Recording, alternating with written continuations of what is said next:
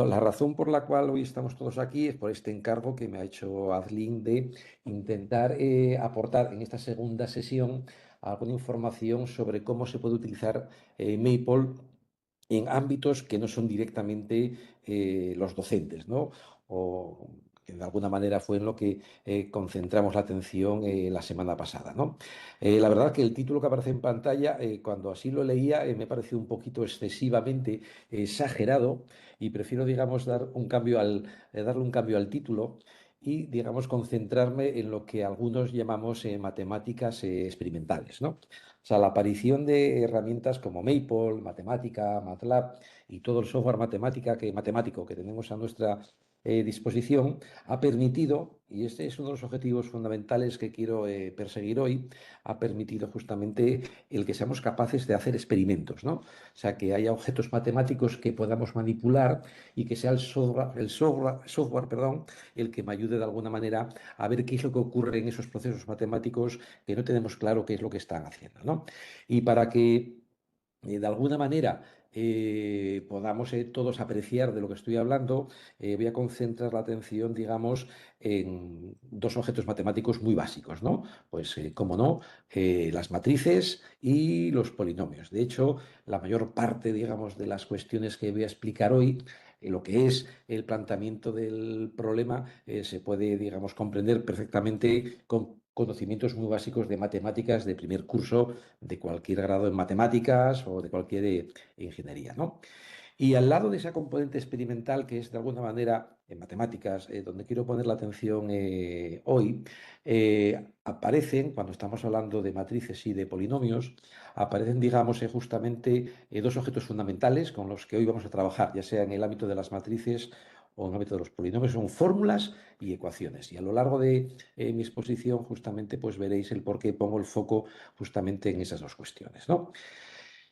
La presentación está dividida en dos partes, una parte dedicada a polinomios, otra parte dedicada a matrices, y justamente pues vamos a empezar con la parte de polinomios y voy a intentar explicar uno de mis problemas favoritos, ¿no?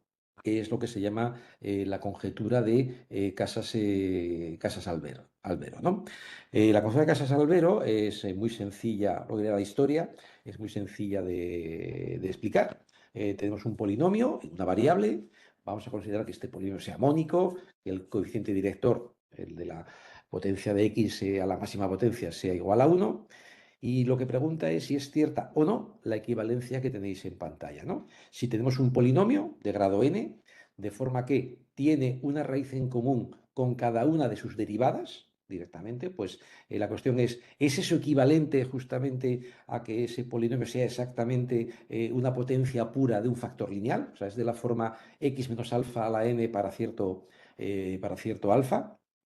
Bueno, pues es un problema, pues que como antes os comentaba, sencillo, muy, muy sencillo de plantear.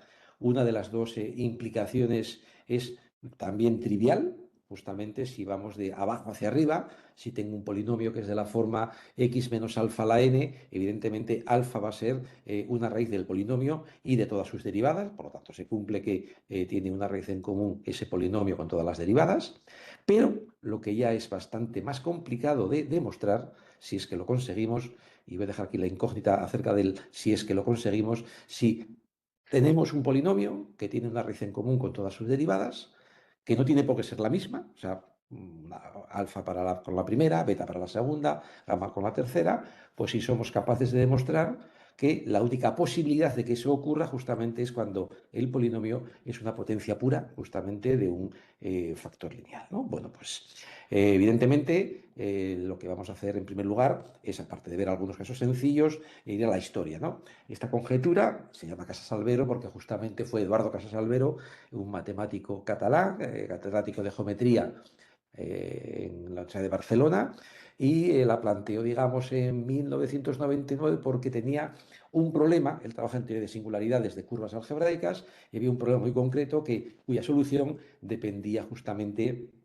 de que la conjetura, o sea, la equivalencia fuese cierta. De hecho, él me comentó en su día que siguió con su desarrollo complicado hablando de singularidades porque pensaba que era cierto y que iba a ser muy fácil de demostrarlo. Lo que pasa es que todo ese desarrollo posterior sigue pendiente, o seguía pendiente, de su validación, porque la conjetura, pues en ese momento, pues él descubrió que no era en absoluto sencilla de demostrar o de refutar, ¿no? Como os decía antes, la parte que va, en este caso, de la izquierda a la derecha es trivial, pero donde nos vamos a concentrar es en la otra, ¿no? Como os voy a poner a disposición la presentación, justamente os recomiendo que vayáis justamente a la página web de Gaussianos, donde hay una historia muy, muy detallada justamente de la historia y de cómo la conjetura ha ido evolucionando pues, en los últimos 25 años, ¿no?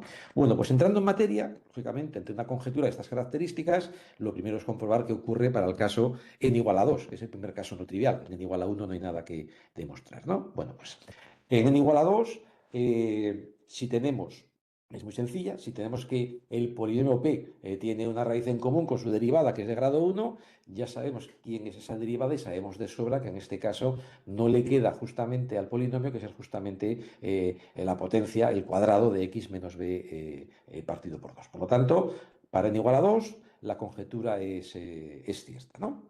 Vamos a grado 3. Ya la cuestión es un poquito más complicada, ¿no? O sea, lo que estamos suponiendo, nuestra hipótesis de partida, es que nuestro polinomio P tiene una raíz en común con su derivada primera y una raíz en común con su derivada segunda, que vamos a llamarlas alfa 1 y alfa 2, ¿no? En el caso de que alfa 1 y alfa 2 son iguales, es muy fácil justificar justamente que lo que estamos en este caso es ante el cubo de x menos alfa, siendo alfa, alfa 1, alfa 2. Ahora, si alfa 1 es distinto de alfa 2, lo que sabemos es que alfa 1, o perdón, lo que sabemos es que alfa 2, que es la raíz justamente de p y de p', lo que sabemos es que alfa 2 es una raíz de p y de p', por lo tanto es una raíz doble. Como estamos suponiendo que alfa 1 es distinto de alfa 2, tenemos que la factorización del polinomio tiene que tener justamente pues, esta estructura, x menos alfa 2 al cuadrado por x menos alfa 1. Puesto que en este caso ya tenemos la estructura, podemos calcular justamente la segunda, que es justamente la que tenemos aquí, y como alfa 1 es solución de esta, si sustituimos alfa 1 dentro de esta ecuación, nos encontramos con que si evaluamos la derivada segunda en alfa 1, queda alfa 1 menos alfa 2, multiplicado por 4, como alfa 1 es distinto de alfa 2, esto es distinto de 0, por lo tanto, contradicción con el hecho justamente de que este alfa 1 sea una raíz en común de p y derivada segunda de p, ¿no? Por lo tanto, si existe un contraejemplo para la conjetura, no va a ser ni en grado 2 ni en grado 3. Vayamos a grado 4, ¿no? Bueno, pues en grado 4 ya os podéis imaginar que la forma de abordar justamente el problema puede ser la misma, ¿no? Directamente le damos nombres a las raíces, que son raíces de p y son raíces justamente de cada una de sus derivadas, pues alfa 1 es la de la tercera, alfa 2 de la segunda y alfa 3 de la primera, en común con p. Y en este caso aparecen, en función de cómo sean las raíces, iguales o distintas, tenemos 5 posibilidades a considerar que son justamente las que podéis ver en pantalla. Lógicamente, la primera se corresponde justamente con lo que es la conjetura de Casas-Albero. Si la única opción que sobrevive a las contradicciones que luego vamos a justificar es la primera, pues evidentemente, perfecto, porque eso significa que también para grado 4 la conjetura de Casas-Albero es cierta, ¿no? Y ahora hemos de considerar cada una de estas 4 posibilidades y justamente ir eliminándolas, ¿no? Bueno, si cojo una de ellas cualquiera, la idea es muy parecida a la anterior. Estamos en el caso de que dos de ellas son iguales, la llamo alfa, que son alfa 1 y alfa 2, distinta de alfa 3. En este caso, de nuevo, tenemos una estructura parecida a la de antes. Alfa 3, como es la raíz que es común a p y p', es una raíz doble de p. Y ahora jugamos con las derivadas directamente y nos encontramos con que alfa y alfa 0, que es la raíz que no sabemos nada de ella, y alfa 3 son soluciones justamente de este sistema de ecuaciones algebraicas. Son dos ecuaciones algebraicas de grado 1 muy alto en nuestras raíces, que en este caso son alfa, alfa 3 y alfa 0. Bueno, pues Maple ofrece un montón justamente de herramientas para abordar el estudio de los sistemas de ecuaciones algebraicas. Una de ellas es el cálculo de bases de Grébner. No hace falta saber nada de bases de Grébner. Lo que hace justamente el cálculo de una base de Grébner es justamente darme polinomios que están dentro de o que son combinaciones de los polinomios en nuestro sistema de ecuaciones. Y en este caso lo que nos dice esa base de Grébner es que este polinomio, alfa 0 menos alfa 3 al cuadrado, está justamente o es una combinación de estos dos. Evidentemente, como estos dos polinomios, cuando evaluamos en alfa, sale cero, eso implicaría justamente que alfa 0 y alfa 3 tienen que ser iguales. Contradicción porque estamos suponiendo que alfa 0 y alfa 3 son distintos. Por lo tanto, ocurre lo mismo en este caso, en grado 4, ¿no? Ni en grado 2, ni en grado 3, ni en grado 4, justamente existen polinomios que contradigan, que sean contraejemplos a la conjetura de Casas-Albero. Ahora, ¿qué ocurre si seguimos en esta línea? Bueno, pues ya os podéis imaginar que aparece la típica explosión combinatoria, ¿no? En el sentido de, si voy a grado 5, nos aparecen 15 posibilidades y según vayamos avanzando, pues evidentemente el número de posibilidades crece de forma exponencial, ¿no? O sea, podéis ver que en grado 5 las condiciones justamente que aparecen son las que corresponden a tener una raíz en común P con cada una de sus derivadas, ¿no? En este caso se puede acabar, digamos, porque cada una, o sea, digamos, hay que considerar, como hacíamos antes, las distintas factorizaciones para el polinomio de grado 5, que son las que aparecen ahí, y de nuevo lo que va a ocurrir en este caso, y aquí efectivamente usando Maple para descartar cada uno de estos casos, nos encontramos con que, de nuevo, todas menos la última, justamente son las que no pueden cumplir las condiciones de Casas-Albero, ¿no? Entre grado 4 y grado 5 hay una gran diferencia. La diferencia está, en lo que he comentado hasta ahora, está justamente en que ahora, en grado 5, no utilizamos las posibilidades de lo diré, de las raíces. Lo que usamos son justamente cuáles son, vista la experiencia anterior, las posibles factorizaciones, que en este caso, evidentemente, son muchas menos justamente que las que tenemos en la transparencia anterior, ¿no? Simplemente hemos de descartar que esto pueda ocurrir para un polinomio cumpliendo las condiciones de Casas-Albero, ¿no? Y que la única que pueda ocurrir son justamente, en este caso, es la última, ¿no? O sea, en este caso, para atacar, digamos, la conjetura, de nuevo hay que poner las condiciones, elegir una factorización y poner las condiciones, ¿no?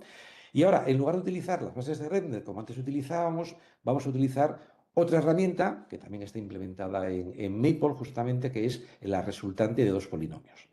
La resultante de dos polinomios, P y Q, es justamente el determinante de una matriz donde en las filas aparecen los coeficientes de P y de Q, y tal que si ese determinante sale cero, esos dos polinomios justamente tienen una raíz en común, que es justamente lo que necesitamos. El hecho de que P y su derivada késima tengan una raíz en común es equivalente a que ese determinante que hace intervenir simplemente en la matriz a los coeficientes de P, y en este caso a la derivada késima de P, justamente es igual a cero. Por lo tanto, lo que simplemente tenemos que hacer, a la vista de cogido una de estas factorizaciones, coger justamente las condiciones que nos dan la resultante de este polinomio y su derivada késima, y nos vamos a encontrar en este caso pues con 5 ecuaciones algebraicas, ¿no? Entonces, en este caso, como os decía, perdón, con 4.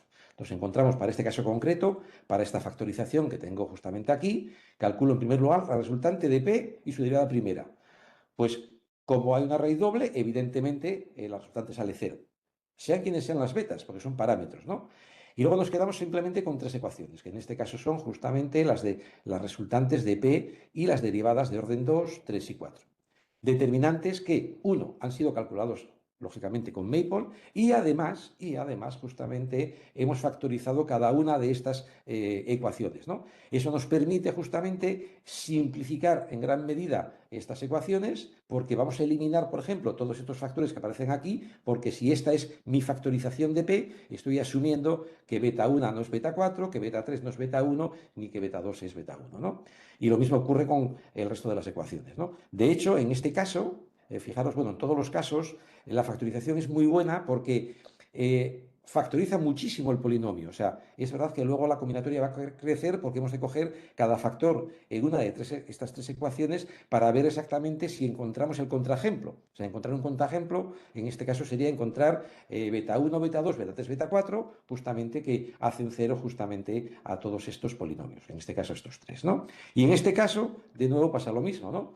Después de eliminar estos factores lineales que sabemos que son distintos de cero, nos encontramos en las tres ecuaciones que cada una de ellas es el producto de tres creo que 3. Bueno, la primera es de 3, la segunda es de 4 y la última es de 4 también, ¿no? Al final tendríamos que resolver 3 por 3 por 4 ecuaciones, pero ya de grados muy bajos, ¿no? Serían justamente resolver 36 sistemas de ecuaciones para los cuales, para cada uno de ellos, utilizaríamos justamente la base de Render. En este caso lo hemos hecho global, ¿no? Pero en casos en los que los polinomios son más grandes, lo que hacemos es ir caso a caso, ¿no? En este caso concreto, lo que nos dice Maple, calculando esa base de Render, es que este polinomio, beta 3 menos beta 4 a la 16, se encuentra dentro de el ideal, o es combinación de estos polinomios que aparecen aquí, y eso implica que si el polinomio cumpliese las condiciones de Casas-Albero, si fuera un contraejemplo,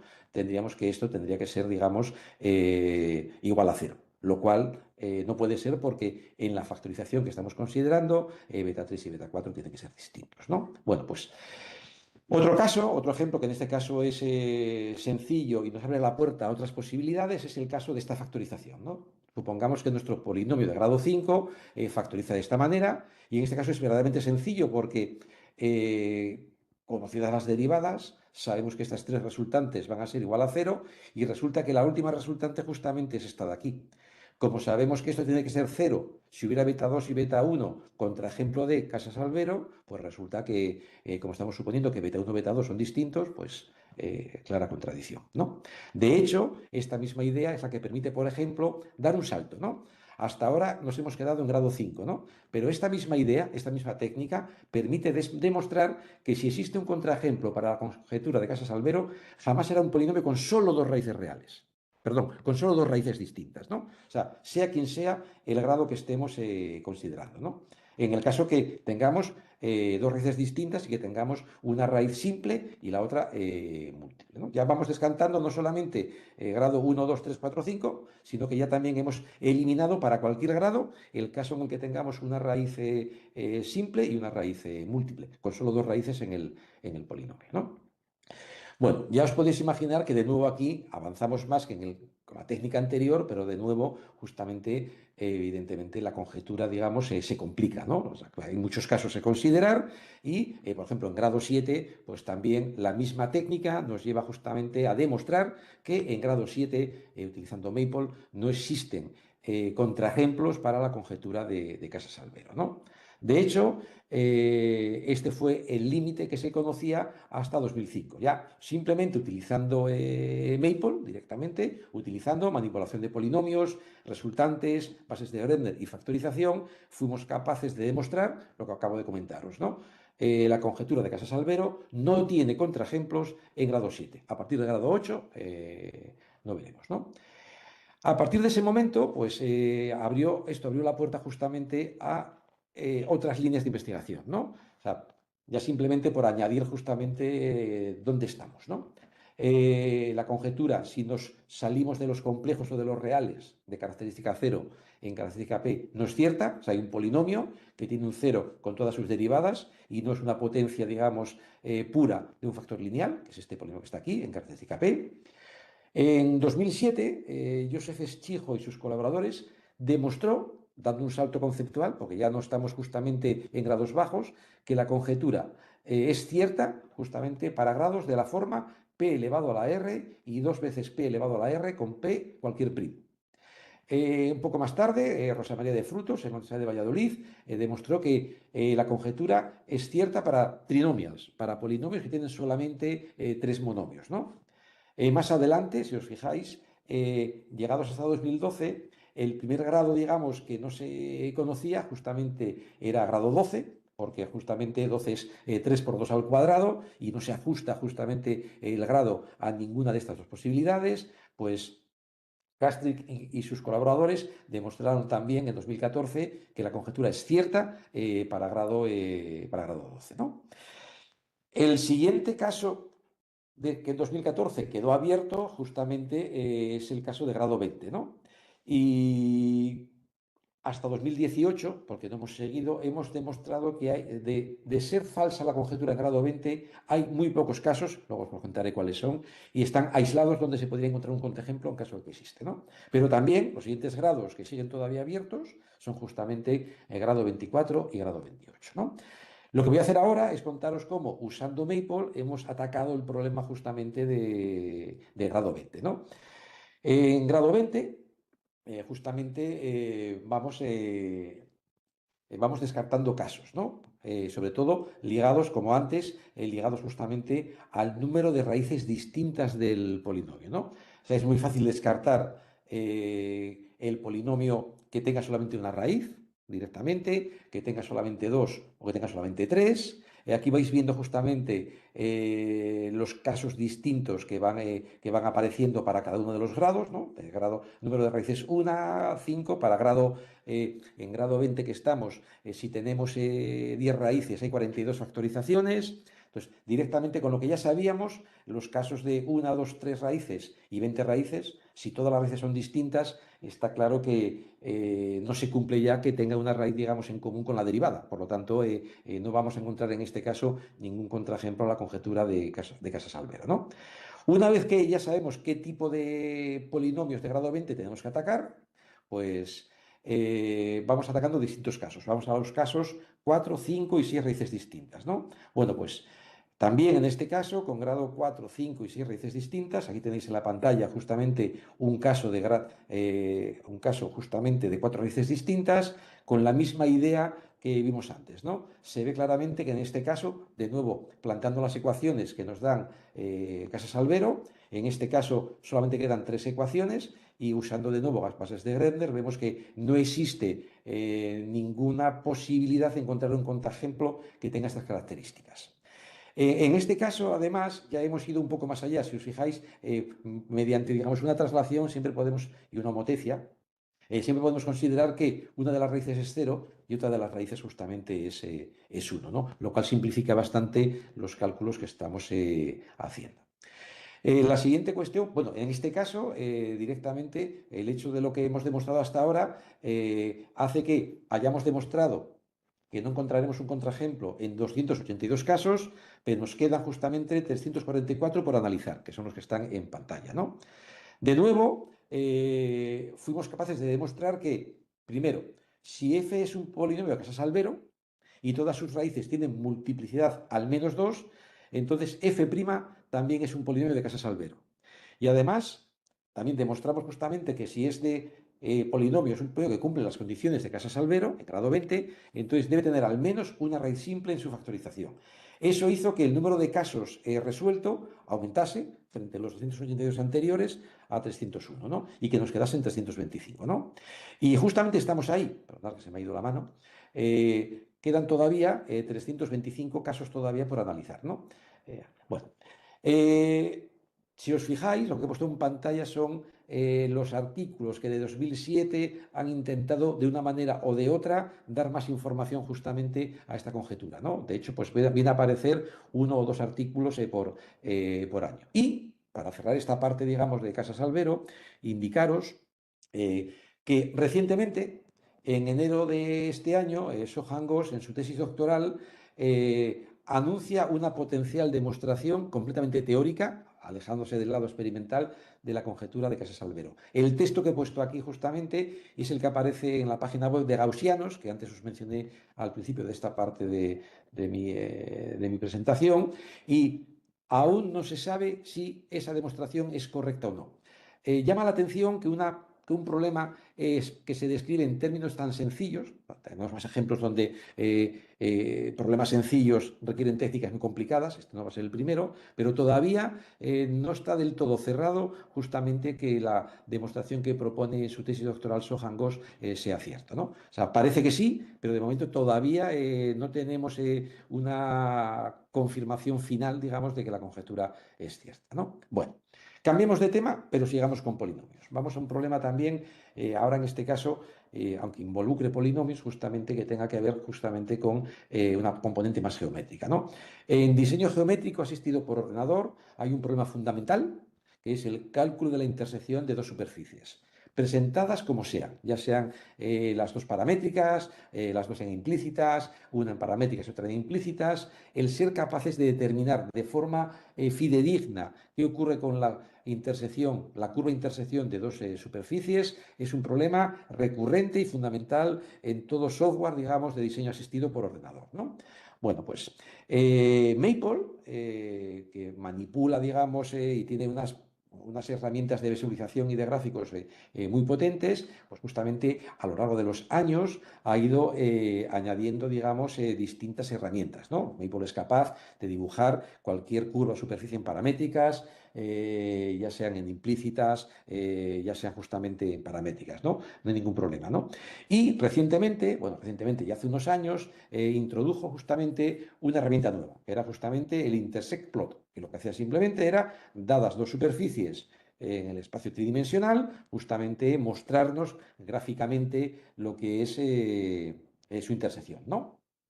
Entonces, bueno, pues lo que viene a continuación es qué nos ocurrió cuando nos encontramos con esta herramienta que estábamos esperando y cómo nos ha servido para analizar otro tipo de problemas que pues ha dado lugar, digamos, a nuevos algoritmos, ¿no? Bueno, pues, eh, ¿qué es lo que nos hemos encontrado con el comando intersectplot? Pues, primer ejemplo, ¿no? Dos cuádricas tan sencillas como estas, ¿no? Bueno, pues una de los parámetros que hay que darle justamente a este comando es las dos superficies, que son estas dos cuádricas, ¿no? Pero también hay que darle justamente dónde queremos dibujar la curva de intersección, ¿no? Pues si inicialmente damos el cubo menos 3 3, pues nos encontramos con el dibujo que tenéis a la izquierda. Pero resulta que, como no sabemos dónde vive la curva de intersección, nos estamos perdiendo una componente de la curva de intersección, que es justamente la que aparece aquí cuando le decimos a Maple que utilice el comando intersectplot, justamente, pero ahora para estas dos cuádricas, para estas dos superficies, pero en el intervalo menos 5, 5 al cubo, ¿no? Entonces, el primer problema que nos da intersectplot es que, sin saberlo, podemos estar perdiendo componentes de la curva de intersección. Siguiente problema que nos encontramos, ¿no? En este caso concreto, de nuevo, dos cuádricas. Si yo le pido a Maple que justamente me calcule la curva de intersección, me devuelve justamente el vacío, ya sea el menos 3 3 al cubo, ya sea el menos 5 5 al cubo. Y no nos está dando, porque no es capaz de calcularlo, que la intersección de estas dos cuádricas justamente es un conjunto formado por dos puntos aislados que podéis ver justamente ahí en pantalla. Por lo tanto, primero, perdemos componentes y ahora, segundo, incluso estamos perdiendo puntos aislados, ¿no? Siguiente cuestión, ¿no? Pues aquí tengo, por ejemplo, otro ejemplo de dos cuádricas también, en este caso son dos cuádricas, un poquito más complicadas que las anteriores, y le voy a pedir a Maple justamente que me calcule en distintos paralelepípedos, en este caso sería en distintos, en el primer caso son cubos, en el tercer, primero y segundo son cubos, en el tercero no, pues lo que nos encontramos es justamente con unos dibujos que la verdad no ayudan demasiado a saber exactamente cuál es la curva de intersección. Aparecen ramas que debieran ser, digamos, continuas o que se paran o que no sabemos muy bien qué es lo que ocurre, ¿no? Por lo tanto, estuvimos muy contentos justamente con que apareciera este comando, pero luego nos encontramos con que en algunos casos particularmente sencillos, como es simplemente la intersección de dos cuádricas, pues no daba la respuesta que estábamos esperando, ¿no? Bueno, pues cuando uno es usuario de una herramienta como Maple o cualquier otra de este ámbito, cuando ve que no funciona como uno quiere, lo que intenta hacer es, bueno, vamos a ver si somos capaces de mejorarla o de remediar estos problemas, ¿no? Bueno, pues justamente es eso lo que voy a hacer y me voy a concentrar justamente en el caso concreto de dos cuádricas, ¿no? Eh, es un problema que, aunque parezca sencillo matemáticamente hablando, son dos cuádricas, la intersección es una curva en el espacio tridimensional, nada más que discutir, pero desde el punto de vista computacional es un problema bastante delicado, vamos a decirlo así, ¿no? O sea, se ha puesto en pantalla una colección de tres artículos. De hecho, estoy observando que el tercero se ha desaparecido parte del título, ¿no? Que justamente atacan este problema según el tipo de cuádricas justamente que estamos analizando, ¿no? Y lo que voy a hacer ahora justamente es contaros cómo podemos ayudar a Maple justamente de forma que su y comando intersectplot, digamos, al menos en el caso de las cuádricas, eh, proporcione la curva que estamos buscando, ¿no?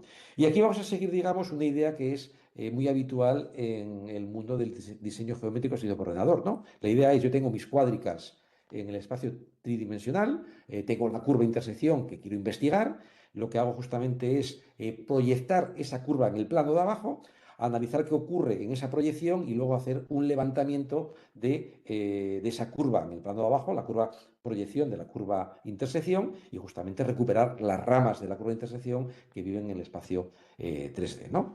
Y lo que queremos es que la representación que tengamos sea topológicamente correcta, ¿no? Si hay puntos de intersección que aparezcan como tales, si de un punto de intersección salen 3, 4, 5 ramas, salgan de esos puntos de intersección ese número de ramas que tiene que salir, ¿no? Directamente.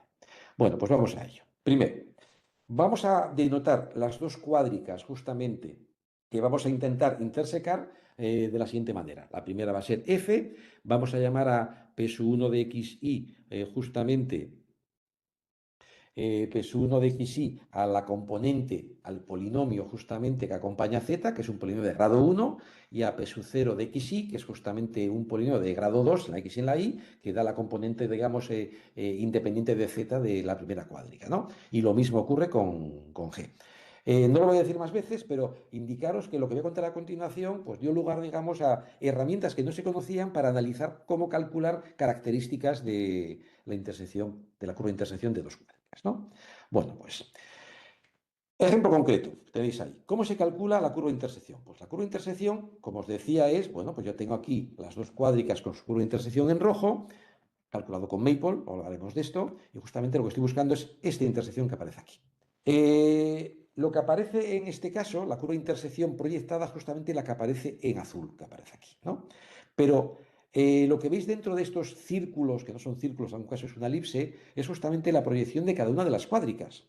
Y eso significa que la proyección de la curva de intersección no va a ser esta elipse que está pintada aquí en azul, va a ser justamente el trozo que cae dentro de estas dos, entre comillas, circunferencias concéntricas. O sea, la curva de intersección no es justamente un conjunto algebraico, sino que es lo que en matemáticas llamamos, en geometría algebraica llamamos un conjunto semialgebraico, porque hay que descartar justamente este trozo que va por fuera.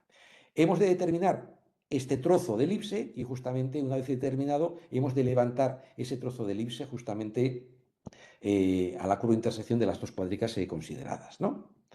Bueno, pues, ¿cómo se calcula la intersección? La intersección de dos, perdón, ¿cómo se calcula la proyección?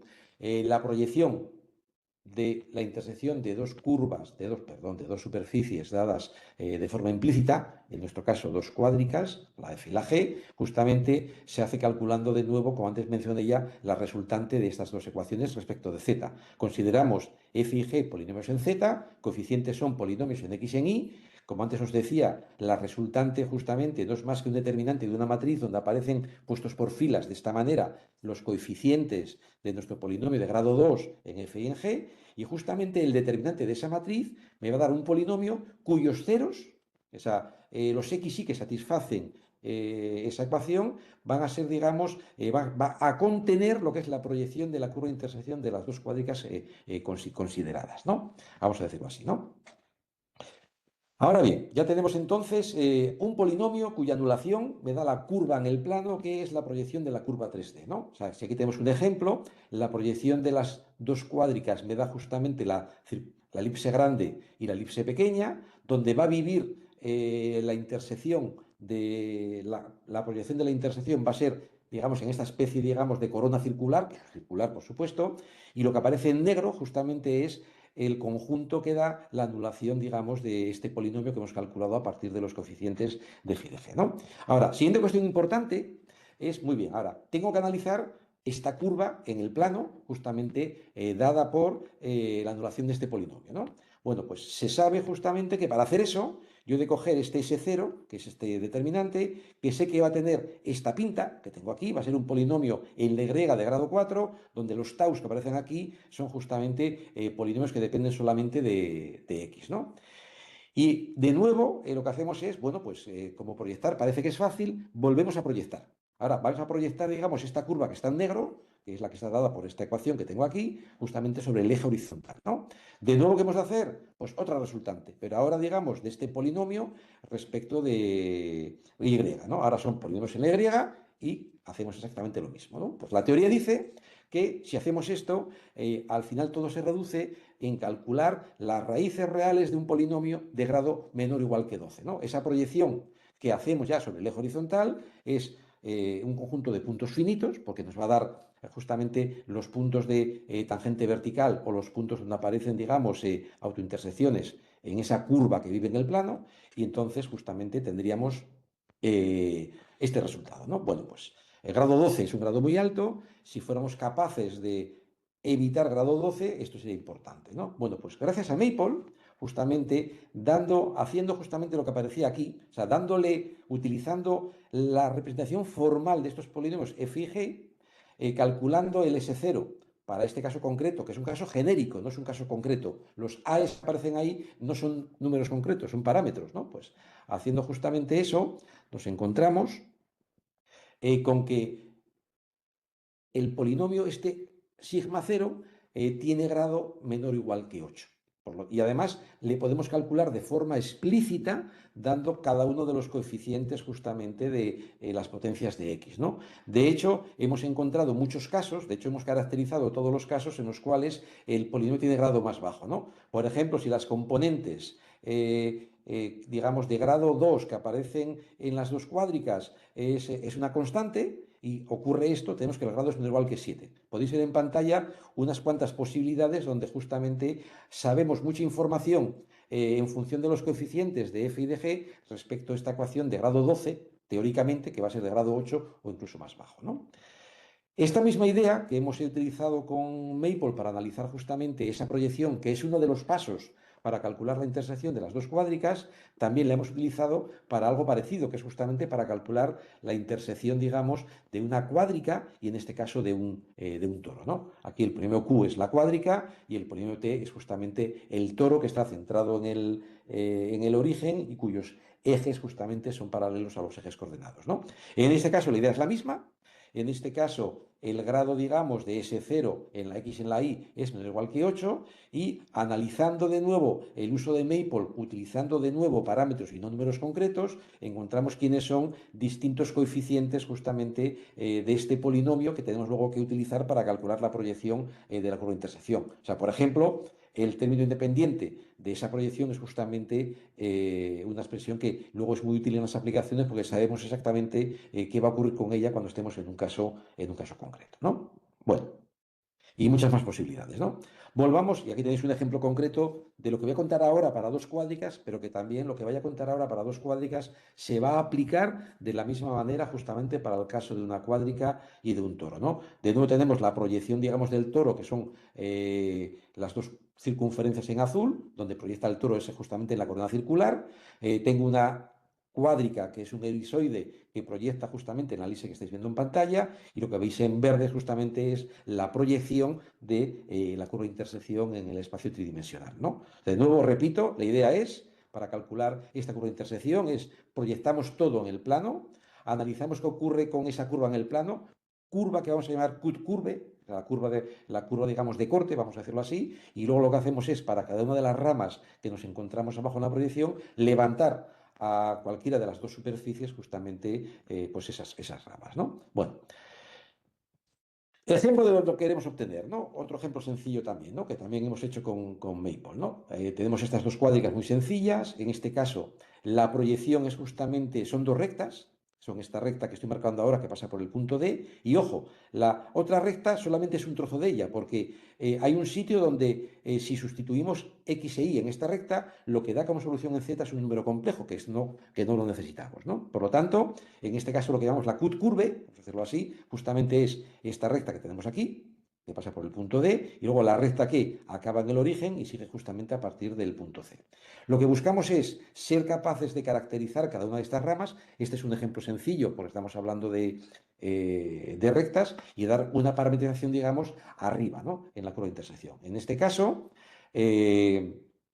definiendo las ecuaciones de las rectas y luego justamente las funciones que van a levantar, me van a levantar, voy a decirlo así, justamente la curva abajo en la curva arriba, la curva a la curva de intersección, nos encontramos justamente con estas tres componentes que son justamente las tres que estamos dibujando en pantalla, ¿no? Fijaros que de esta manera no perdemos ningún punto, no perdemos ninguna componente, no hay problema de ramas que se acaban donde no deben, ¿no? O sea, tenemos una caracterización completamente formal y simbólica de la curva de intersección, ¿no? Bueno, pues dicho esto, aquí tenéis ejemplos, estos son los dos ejemplos donde funcionaba mal justamente lo que antes comentaba, ¿no? Si os fijáis, no estamos interesados en saber exactamente el trazo exacto, pero sí representar cada una de las componentes, cada una de las ramas, justamente de forma topológicamente correcta, ¿no? O sea, los puntos, digamos, que surgen de las intersecciones o de las autointersecciones aparecen en rojo, lo mismo ocurre con los puntos singulares o incluso los puntos aislados, ¿no?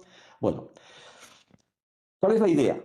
Para llegar justamente a cómo hemos tratado estos ejemplos, ¿no? Pues nada, la idea es, en primer lugar, que es fácil calcular la proyección, por lo que he comentado antes, hay que hacer dos proyecciones, primero el S0 y luego el sigma 0, ¿no? Que al final queda de grado 8, y luego el levantamiento para el caso de las cuádricas es muy sencillo, porque simplemente hemos de sustituir cada alfa beta en la proyección y levantarla para arriba, ¿no? Directamente, ¿no?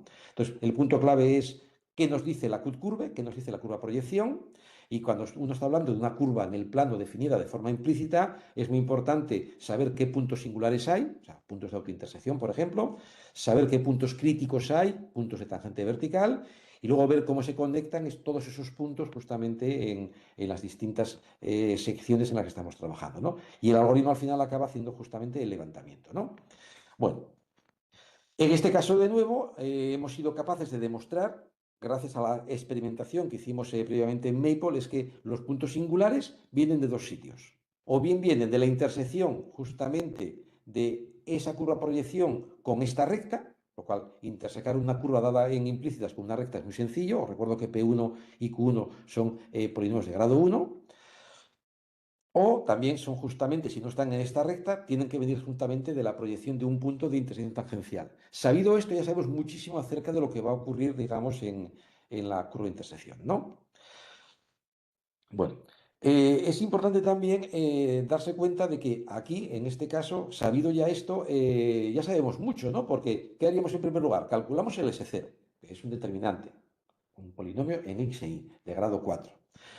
Calculamos los puntos singulares intersecando ese S0 justamente con esta recta. Con la recta es fácil calcular la intersección de cualquier curva, ¿no? Y luego veremos que incluso hasta esto se puede simplificar. Y luego los puntos críticos son sencillos, pues son puntos de tangente vertical, no son demasiado complicados, ¿no? Y ver ahí justamente cuáles vienen de una intersección tangencial, ¿no? Y luego queda la parte justamente de conectar las ramas, ¿no? O sea, aquí estoy enseñando lo que están en rojo son los puntos singulares justamente de la cut curve, por decirlo así. Los puntos azules son puntos que están en estas rectas críticas, que son puntos buenos. Lo que aparece abajo en horizontal, los puntos verdes, son esa proyección en el eje horizontal.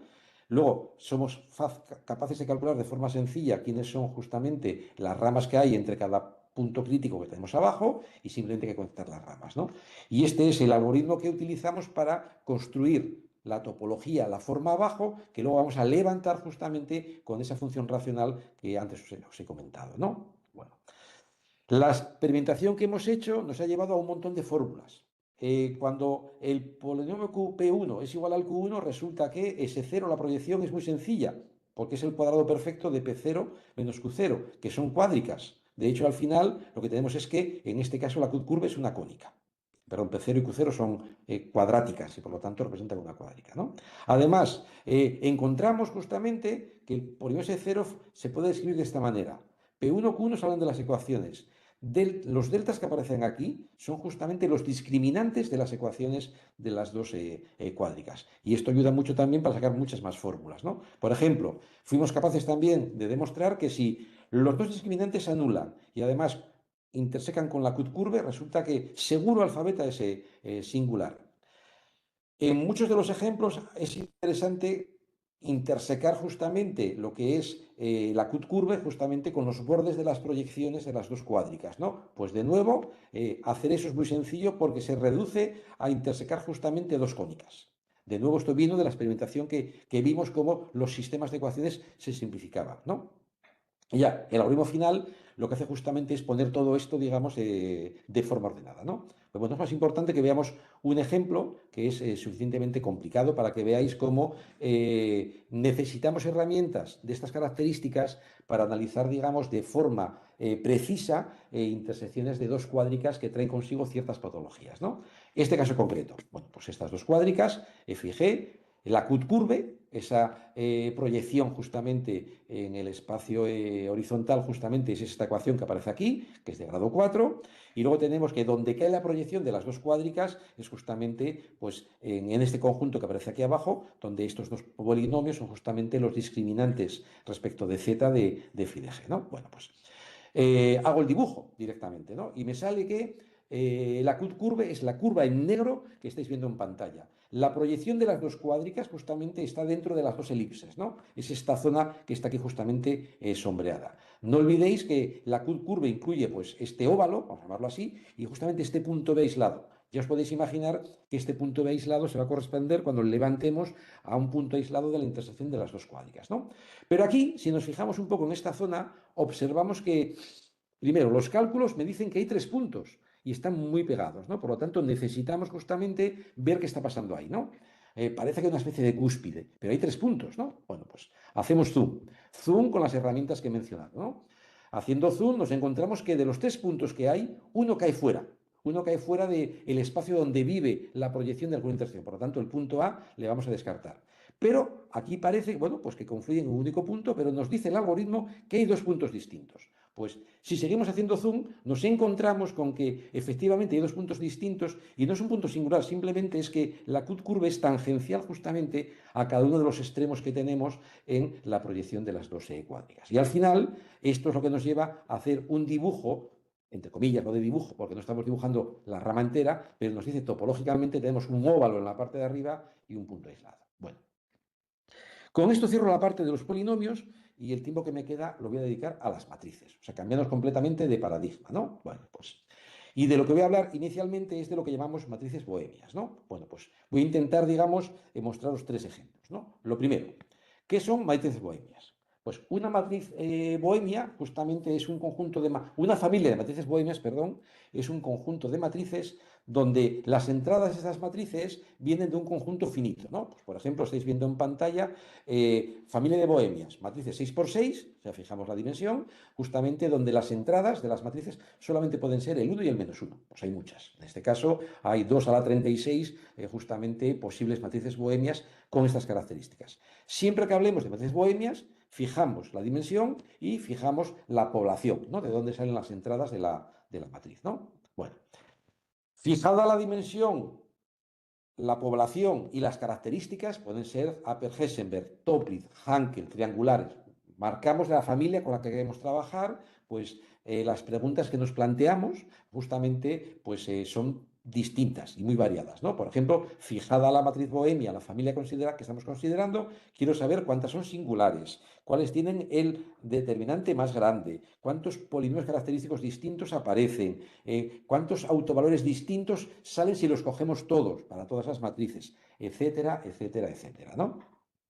Este tipo de ejercicios, entre comillas, son interesantes porque permiten, en muchos casos, permiten, digamos, testar, digamos, la capacidad, digamos, de cálculo de algoritmos tanto en Maple como MATLAB o cualquier otro software, ¿no? De hecho, si vais a la página web de las matrices bohemias, encontraréis dibujos de estas características donde, en este caso, por ejemplo, estamos dibujando los autovalores complejos de una muestra de 100 millones de matrices tridiagonales 15 por 15. Y justamente el color viene en función de la densidad de cada uno de los autovalores, ¿no? Este tipo de dibujos nos permite establecer propiedades, incluso conjeturas acerca de la ubicación de los autovalores de este tipo de matrices, ¿no? Por ejemplo, se ve en el dibujo que hay zonas donde está prohibido que, entre comillas, haya, digamos, autovalores, ¿no? Bueno, como os decía antes, la motivación para estudiar este tipo de matrices sobre todo viene para el chequeo de software, donde pueden aparecer problemas, pero aparecen también en muchos ámbitos, ¿no? Combinatoria, teoría de grafos, matrices aleatorias, donde, bueno, pues juegan su papel, ¿no? Pero yo voy a ir a un problema muy concreto, que es justamente lo que llamamos las matrices bohemias de correlación, ¿no? Fijando, digamos, la población y fijando la dimensión, ¿no? O sea, este símbolo que aparece aquí abajo es el 0 y 1, es que solamente voy a considerar matrices cuyas entradas tengan ceros y unos. Voy a estar fijando la dimensión, más en matrices cuadradas n por n, y ahora vamos a ver qué significa ser una matriz de correlación, ¿no? Una matriz es de correlación cuando cumple las siguientes condiciones. En primer lugar, es simétrica, solamente tiene unos en la diagonal y todos sus autovalores son mayores o iguales que 0, ¿no? Voy a denotar de esta manera BCM N01 justamente el conjunto de las matrices de estas características, y voy a denotar por BM N01 solamente las que no son de correlación, o sea, todas las matrices N por N cuyas entradas son 0, 1, ¿no? Y lo que quisiéramos obtener para este tipo de problema que estoy considerando justamente es una fórmula que me diga exactamente cuántas matrices bohemias de correlación hay para n fijo con la población viviendo solamente en el 0,1, ¿no? Bueno, pues al igual que hicimos antes con la conjetura de Casas-Alvero, pues nada, utilicemos Maple justamente para ver qué ocurre para los primeros valores de n, ¿no? Pues por ejemplo, para n igual a 4 hay 64 matrices 4 por 4 con entradas 0, 1, pero de las cuales solamente 15 son de correlación. Si vamos para n igual a 7, pues justamente el número total de matrices crece mucho, pero no crece tanto justamente el número de matrices que son, digamos, de correlación. Os recuerdo, simétricas, diagonal todo unos y autovalores mayores o iguales que 0, ¿no? Este problema, el del cálculo de la fórmula para este tipo de matrices, lo introdujo Nick Huygens, desgraciadamente fallecido pues, hace 2 años, en un workshop específico que él organizó para tratar este tipo de matrices, de matrices, ¿no? Bueno, pues este cálculo lo hizo con MATLAB, luego lo diré. Resulta que no le cuadraba nada porque le salía un número distinto del verdadero, que corregimos con Maple, y ahí le daba un error del cálculo de autovalores que producía MATLAB, ¿no? Bueno, pues luego contaré cómo usamos Maple para calcular de forma eficiente este número de matrices. Ay, perdonad que se me ha ido la pantalla. Eh, Aquí ha vuelto, ¿no? Bueno, pues hicimos, pues bueno, pues ya que fuimos capaces de corregir la tabla de Nick para n igual a 7, pues avanzamos para el caso n igual a 8, ¿no? Y nos encontramos con que en este caso saltamos, en este caso que solamente hay 4140 matrices, ¿no? En ese momento, eso fue en el mismo workshop, en 2018, tampoco hubo que dedicarle mucho tiempo, en un día justamente el cálculo terminó, ¿no? Bueno, pues ahora el problema justamente es encontrar una fórmula que para n igual a 3 me dé 5, para 4 15, para 5 52, etcétera, etcétera. Y cuando uno tiene un problema de estas características, lo que tiene que hacer es ir a la página web que Neil Sloan tiene, donde tenemos la enciclopedia online de sucesiones de números enteros, donde introduciendo justamente esta colección de números enteros, 5, 15, 52 hasta 4140, le preguntamos, Neil, ¿conoces alguna sucesión que empiece de esta manera? Y la verdad es que nos llevamos una sorpresa muy agradable porque resulta justamente que nos encontramos justamente con los números de Bell, ¿no? Si os fijáis, aparecen aquí justamente marcados, ¿no? Decimos, mira, perfecto, tenemos la respuesta para la pregunta de Nick.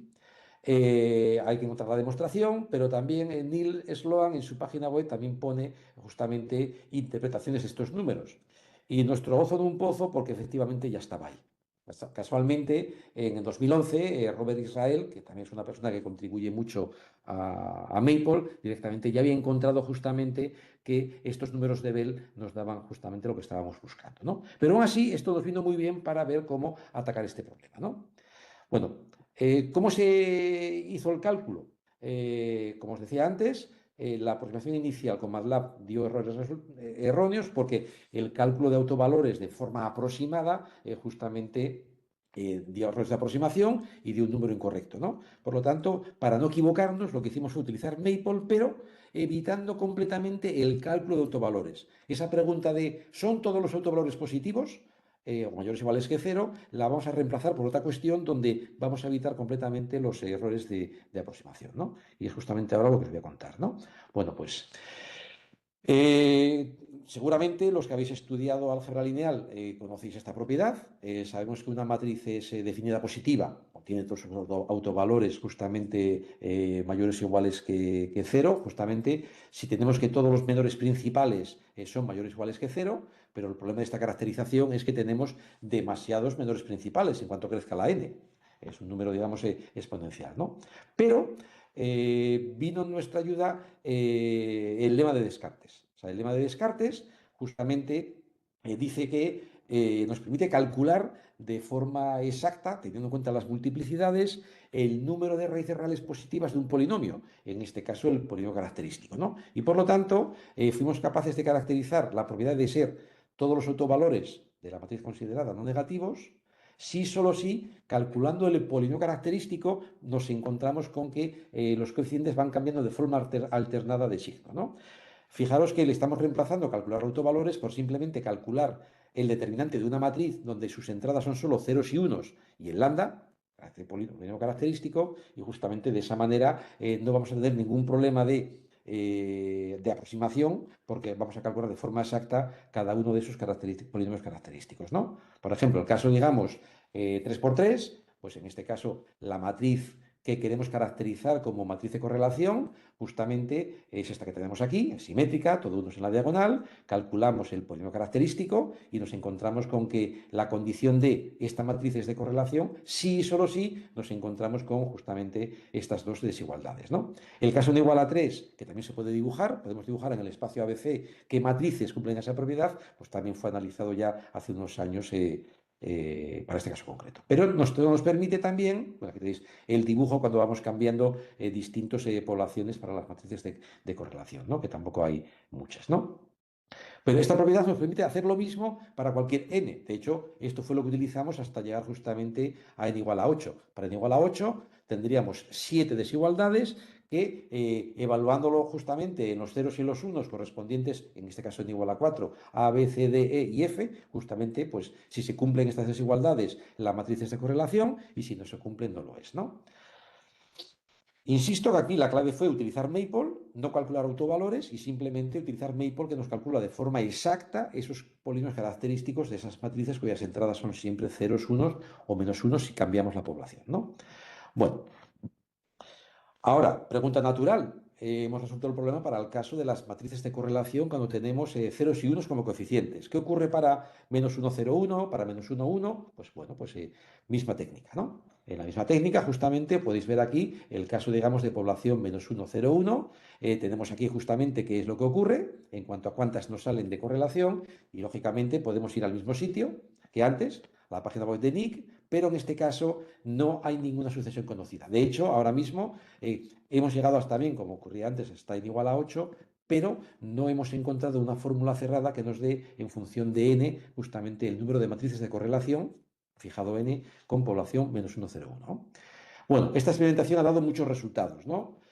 Por ejemplo, si cogemos menos 1, 0, 1, nos encontramos que todas las matrices de correlación justamente son, salvo la identidad, son singulares. En el caso de menos 1, 0, 1, nos encontramos que los autovalores siempre pertenecen justamente al conjunto 0, 1, 2 hasta n, donde 0 siempre aparece. Y además, siempre hay un autovalor múltiple. Si vamos a la población menos 1, 1, todas las matrices de correlación, fijado n, con menos 1, 1 como población, justamente tienen este polinomio característico. En el caso de población menos 1, 1, es más fácil demostrar justamente que el número de matrices, esa fórmula que buscamos es 2 a la n menos 1, ¿no? Estos resultados todos han venido siguiendo el mismo camino. Primero lanzamos lo que es la parte experimental, eso nos permite ver qué es lo que ocurre, conjeturamos cuál es el número o cuál es la propiedad que queremos demostrar y efectivamente en todos estos casos nos encontramos con la demostración que estamos buscando. Muy bien, bueno. Voy a cambiar de ejemplo, dejarme que salte a una parte que no quiero dejar de contar, que es justamente abandonando, digamos, las matrices bohemias, pero yendo a un problema también de álgebra lineal que involucra matrices, ¿no? Que es cómo calcular el spread. Voy a utilizar la palabra inglesa porque no sé cómo traducirlo en castellano, ¿no? Vamos a ver cómo calcular el spread de una matriz simétrica, n por n, donde las entradas viven dentro del intervalo AB. Y vamos a ver justamente qué es el spread lo primero, ¿no? Voy a denotar por Sn de AB, como antes decía, matrices simétricas cuadradas n por n, donde sus entradas viven, las entradas de la matriz que estamos considerando, en AB. Si la matriz es simétrica, todos sus autovalores son reales, les denotamos de esta manera, y el spread de una matriz que vive en este conjunto es justamente la diferencia entre el autovalor más pequeño y el autovalor más grande, ¿no? Y el problema que nos planteamos es, quiero calcular el máximo spread para todas las matrices que viven en este conjunto, ¿no? Que deberá ser una fórmula justamente que dependa de n, de a y de b, ¿no? Que son los parámetros de mi problema, ¿no?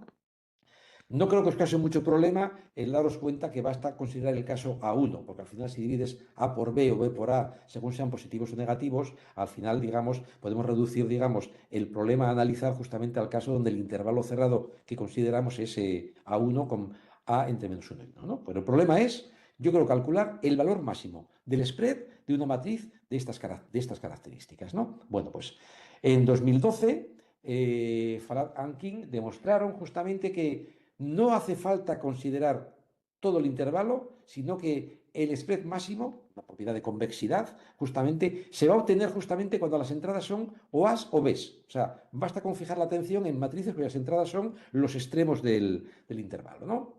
En 2022, Vygotsky demostró justamente que el máximo solamente se alcanza aquí. O sea, podría, aquí, digamos, en lo que demostraron Farad y Key, podría haber, digamos, obtenerse el máximo en otras matrices, con otros valores, con otras entradas. No, no. Si se obtiene, cuando se obtenga, que se va a obtener siempre, va a ser justamente aquí, ¿no? Y además conjeturaron Farad y Key en 2012 que ese máximo, y esto es una conjetura también que vamos a analizar ahora, se obtiene cuando el rango de la matriz es 2. O sea, digamos que problema a resolver.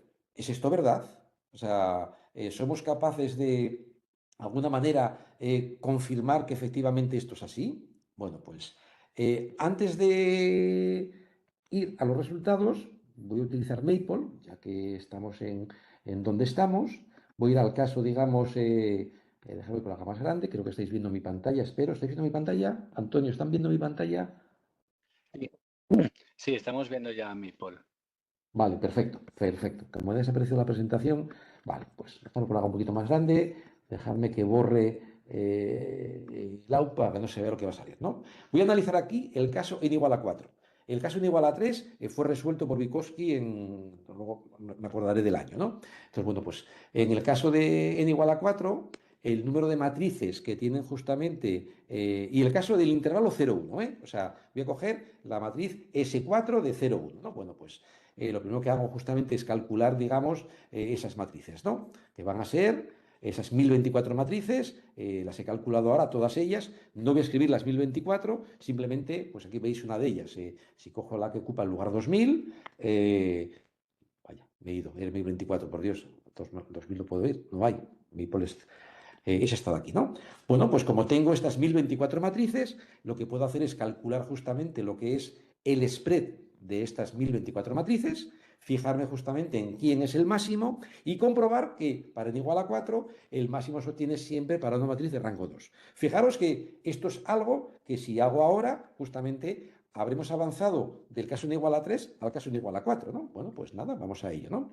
¿Qué hacemos? Pues para cada una de estas 1024 matrices calculamos el polígono característico, perdonad.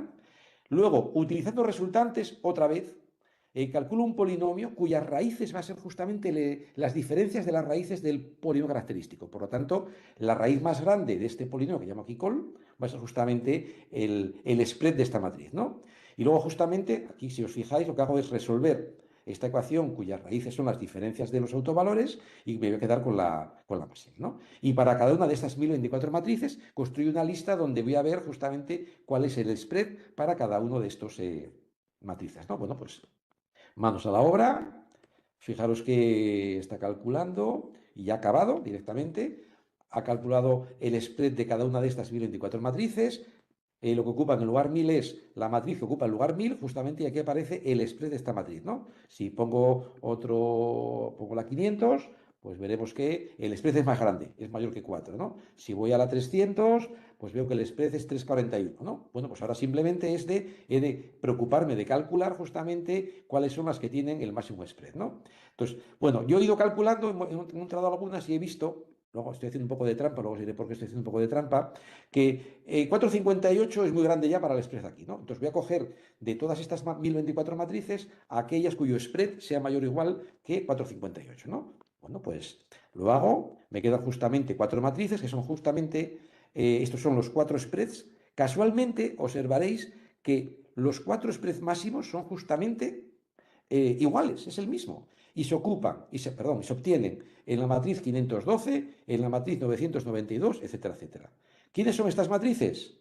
Justamente estas que están aquí. Casualmente, estas 4 matrices, justamente tienen las 4 matrices rango 2. Conclusión, en 10 minutos o en 5 minutos, no creo que hayan llegado a 10 minutos, en 5 minutos hemos sido capaces de mejorar justamente el resultado que Vygotsky obtuvo en 2022, donde él, sin utilizar, digamos, esta herramienta computacional, demostró con sus resultados previos que la conjetura era cierta para n igual a 3, ¿no? Bueno, pues,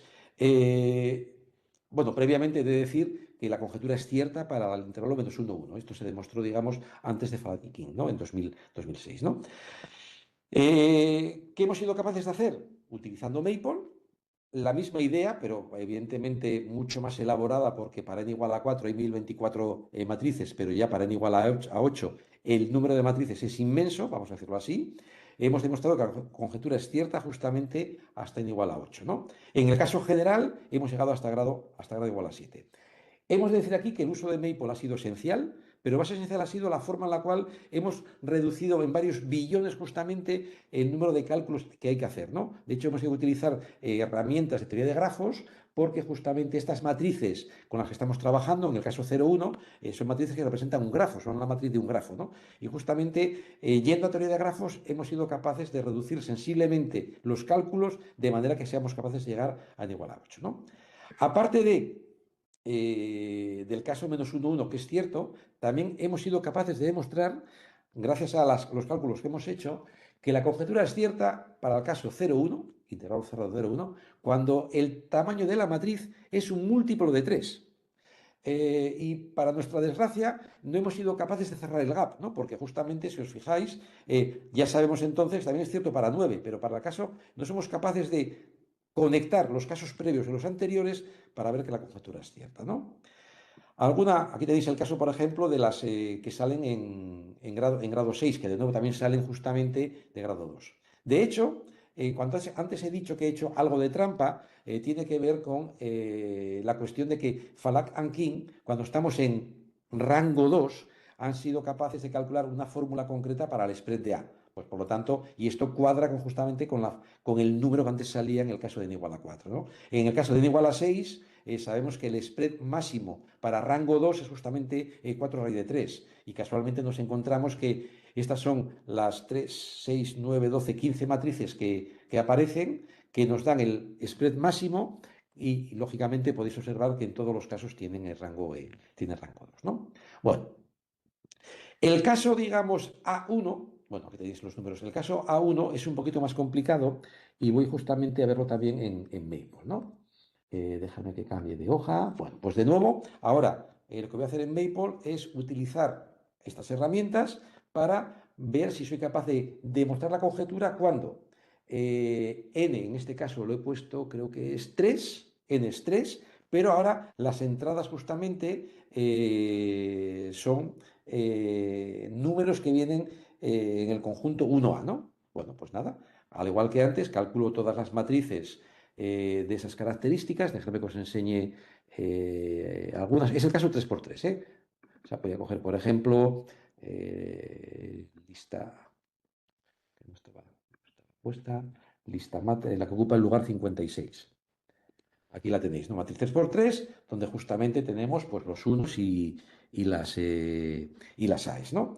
Bueno, y ahora hemos de hacer lo mismo, pero cuidado, ahora no puedo calcular el spread, porque el spread va a depender de A. Entonces, directamente, lo que voy a ser capaz de calcular es un polinomio que va a darme, digamos, los autovalores en la variable t, pero que justamente esas raíces y ese spread va a depender de A, pero va a depender de A algebraicamente, ¿no? Vamos a ver algún ejemplo. Fijaros que esto lo voy a hacer para cada uno de los 64 matrices que tengo aquí, con esta estructura. ¿Qué hago primero? Calculo el polinomio característico. Luego calculo el polinomio cuyas raíces son las diferencias de los autovalores. Y luego busco un polinomio que vaya a darme justamente el spread, que es el que aparece aquí, ¿no? Bueno, pues vamos a lanzar el cálculo. El cálculo está hecho. Creo que voy a enseñar la lista completa. Fijaros. Ha calculado, voy a coger uno concreto, voy a coger por ejemplo el que ocupa el lugar 15, que es este de aquí, ¿no? O sea, lo que me ha dado aquí justamente es este polinomio que aparece aquí, que es un polinomio que depende de mu y de a. Mu es la raíz del polinomio que va a darme la diferencia de los autovalores. Pero claro, esa diferencia va a depender justamente de la variable a, ¿no? Entonces lo que hemos de hacer es justamente dibujar, vamos a hacerlo así, en el eje horizontal la a y en el eje vertical la mu, y ir dibujando para cada a, os recuerdo que iba entre -1 y 1, justamente donde aparece ese mu, ¿no? Y luego no olvidemos que Farag and King nos habían dado una fórmula del spread para rango 2. Voy a dibujar también el spread para rango 2, ¿no? Y justamente voy a intentar ver que esas curvas que salen, ninguna supera, las curvas que salen aquí, estas de aquí, ninguna supera, digamos, el candidato a ser el spread máximo que daba la fórmula de Farag and King. Bueno, pues si hacemos eso, déjame que lance los cálculos, nos encontraremos al final, a ver si soy capaz de encontrarlo, aquí aparece lo que quiere enseñaros, ¿no? O sea, lo que aparece arriba en verde justamente es el spread en función de A, justamente para la fórmula de Flanagan-King. Y lo que aparece por debajo son las distintas curvas que me dan las distintas matrices. Como podéis observar, en ningún caso, justamente, estas curvas superan el máximo spread, digamos, conjeturado, ¿no? Esto lo hemos hecho para n igual a 3, para n igual a 4, hasta llegar para n igual a 7. Fijaros que este problema ya es mucho más complicado que el anterior, porque no simplemente es 1024 matrices numéricas. Cuidado, aquí tendríamos, en el caso de n igual a 4, 1024 curvas que tenemos que dibujar y comprobar que quedan justamente por debajo de la curva que me da el máximo spread en rango 2, ¿no? Porque os recuerdo que la conjetura a dónde iba justamente era a demostrar que ese spread máximo se obtiene justamente en rango 2. Muchas veces en Maple justamente necesitamos visualizar con lo que estamos trabajando. Esto que tenéis en pantalla es otra conjetura acerca de autovalores de matrices, donde al final para n igual a 8 estamos buscando las zonas blancas, que es lo que estoy dibujando ahí justamente es en el plano complejo parte real y parte imaginaria, ¿no? La conjetura dice que las únicas soluciones para los autovalores de ciertas matrices son justamente las que se corresponden con los puntos que están en los cuatro ejes y el origen, ¿no? Como podéis ver, justamente, y nunca mejor dicho, en este caso, según vamos avanzando, y para n's mayores queda incluso mucho más explícito, que vamos justamente haciendo más pequeña la región donde viven esos candidatos, ¿no?